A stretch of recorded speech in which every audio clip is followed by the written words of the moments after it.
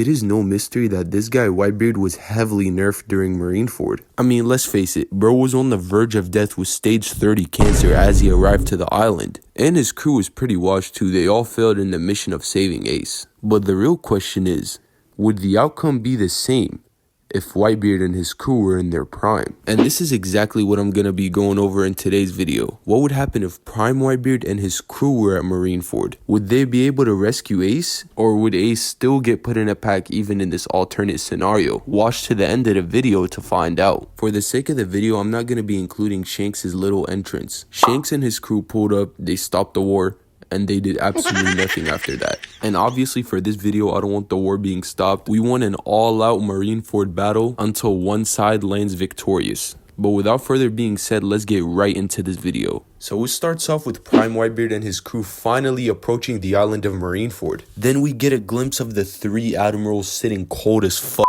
bro. Obviously Whitebeard is gonna try some like drowning the whole island altogether with the tsunamis. Then you know Aokiji just gets up and freezes them like it's a daily task. Since it's Prime Whitebeard's crew, Oden is going to be on it. This is another worthy opponent added to Whitebeard's crew. And we all know Oden is a pretty confident guy. Like, this guy challenged Kaido all by himself. So without any hesitation, he dashes up in attempt to rescue Ace off rip. Then Garp speed blitzes the shit out of him. When Garp fought Aokiji, even though Aokiji was emotionally held back, Garp was still able to get some good feats and hits in. Garp is hitting Oden with that blue hole and he's sending his flying, bro. But don't underestimate this guy Oden, bro. He isn't done from that hit. He was able to take a whole Conqueror's Coded hit from the Pirate King himself. I don't think he's gonna fall down that easily, bro. Kizaru's gonna go up in the air. He's gonna shoot that light barrage at this dude Whitebeard. Then Marco comes out of nowhere and he blocks them exactly like he did in Marineford. But there's a twist to this. I'm gonna make Kizaru and Marco fight it out. Kizaru's able to keep up with a Gear 5 Luffy and Egghead. He even blocked a Conqueror's Coded kick from him. And this dude Kizaru was speed blitzing this guy Luffy, bro, and Kizaru was holding back, bro. He wasn't even focused on Luffy, he was focused on capturing Vegapunk. Without the usage of any advanced haki, this dude Kizaru made Luffy need an island's worth of food to recover, even when he was in Gear 5. Kizaru's haki in a sense is way more powerful than Marco's. The admirals all together, they all possess all 3 types of advanced haki. All 3 of the admirals used advanced ornament haki when they stopped Whitebeard's attack. They used the same form that this guy Rayleigh did when he stopped the elephant. On Marineford, all 3 of them at least showed one usage of Future Sight. And Kizaru used it against Luffy on Egghead too. And it just narratively wouldn't make sense for the admirals to not have Conqueror's haki, since Akainu's literally portrayed as Luffy's final villain, and Luffy himself has advanced Conqueror's haki, so why would Akainu not have it?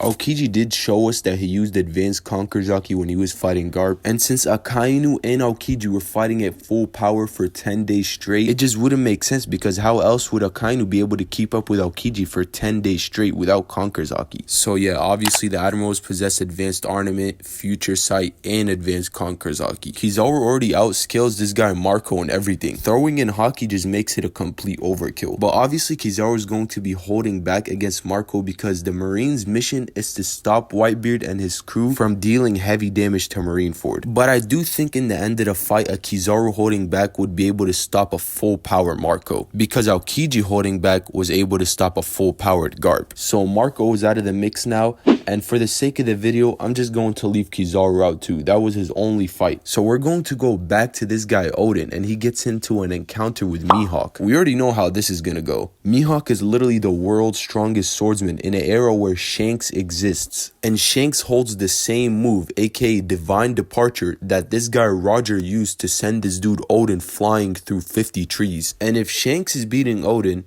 and Mihawk is beating Shanks, then it's pretty clear that a fight between Mihawk and Oden wouldn't last longer than 2 minutes. This dude Oden is cooked. So Oden is now finished, and I'm just gonna assume that Mihawk is just like Kizaru and they're just not interested in fighting anymore. Now for the rest of Whitebeard's crew, I think we can all come to an agreement that this dude Aokiji is just gonna whoop all of them combined, bro. Vista and Jozu are basically the only threats left. Everyone else is fodder. Aokiji literally outskills them in strength, speed, haki, literally everything, bro. He just has to freeze them and it's already wraps for them. Whitebeard's entire crew just got singled down by 3 different people, and they were all holding back. So now all that's left is Prime Whitebeard. he's gonna be enraged, bro. He just saw his whole family get worked right in front of him, and the only one who hasn't came into the battlefield yet is Akainu. There's a huge misconception that old Whitebeard was working Akainu. Sengoku literally gave a speech about how protecting the island is the most important thing, and while Akainu's facing the world's strongest man face to face, he says if Whitebeard keeps going at the rate he is, the island is gonna be finished. Akainu is literally more worried about the island being destroyed than he is about fighting Whitebeard. This means that Akainu was holding back because if he went all out, he would be the one destroying the island, not Whitebeard. I mean, shit.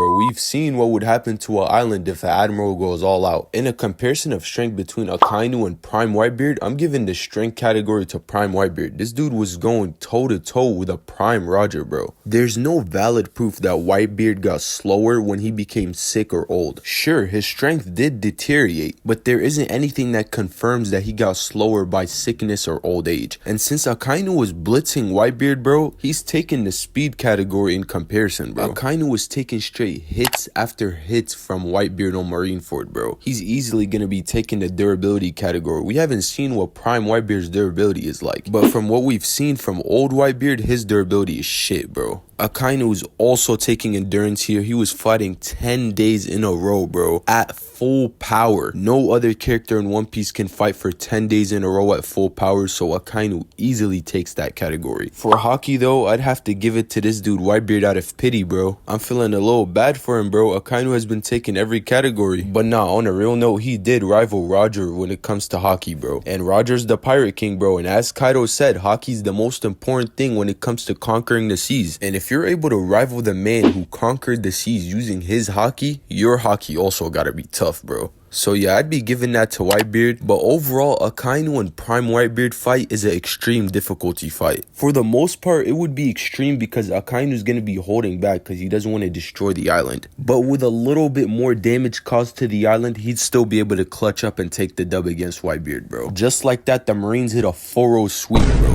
Let's just assume that when all this fighting was going on, Luffy somehow was able to free Ace. Ace is out of his Sea Prism stones, Luffy's right there standing next to him. They think they're tough, bro. It's still gonna end the same, bro. Akainu's literally gonna roll this dude Ace in a pack and smoke him for his next cigar, bro. It's raps. And Whitebeard's ass won't be able to do anything or help in any way, bro. And we know Akainu is showing no mercy to the both of them at all. And if he gets the single opportunity to kill Ace or Luffy or even both of them, you best believe he is not hesitating, not one bit. And for the rest of this arc, is gonna end the exact same. Jinbei's gonna come in and try to help Luffy. Jinbei's gonna get his back blown out by Akainu. Him and Buggy are gonna have to cooperate or some shit. They're gonna throw Luffy on Law's submarine, call it a day, bro. Blackbeard and his crew are finally gonna make a move. They're gonna have to snatch Whitebeard's fruit and just run away, bro. But yeah, to sum it up, bro, everything would end the exact same. Ace is gonna get turned into a donut.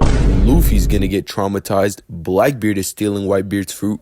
Everything is ending the same. And even if Akainu were to somehow lose to Prime Whitebeard, we always got Sengoku and Garp sitting in the back. All they gotta do is just come in and finish this dude Whitebeard off. He's gonna be exhausted after fighting Akainu. But hey, bro, if you made it all the way here, you might as well drop a like and subscribe. But something just doesn't make sense to me. I want to figure out who gave this guy Whitebeard the strongest man title. Because as long as Akainu's alive, that title should be put nowhere close to Whitebeard.